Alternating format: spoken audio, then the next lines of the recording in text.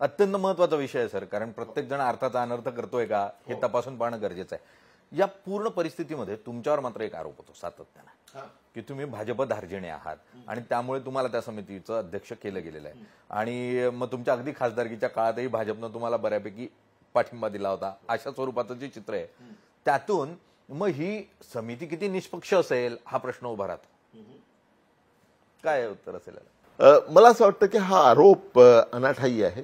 त्याचं कारण असं आहे की माझ्या 50 वर्षाच्या सार्वजनिक जीवनामध्ये 50 वर्ष सार्वजनिक जीवनाची माझी झालेली आहेत, त्यामध्ये 35 वर्ष मी डॉक्टर मनमोहन सिंग यांच्या बरोबर काम केलेलं आहे।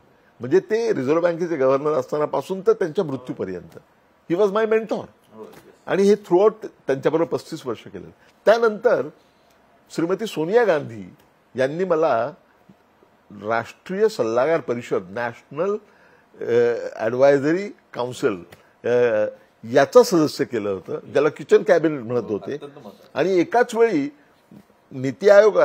एकाच वेळी प्लॅनिंग कमिशनचा आणि नॅशनल ॲडवायझरी काउन्सिलचा सदस्य असण्याचा बहुमान मला मिळाला होता। आणि फार कमी लोक असे होते जे डॉक्टर मनमोहन सिंगांच्या बरोबरही काम करत होते आणि श्रीमती सोनिया गांधी यांच्याही बरोबर काम करत होते।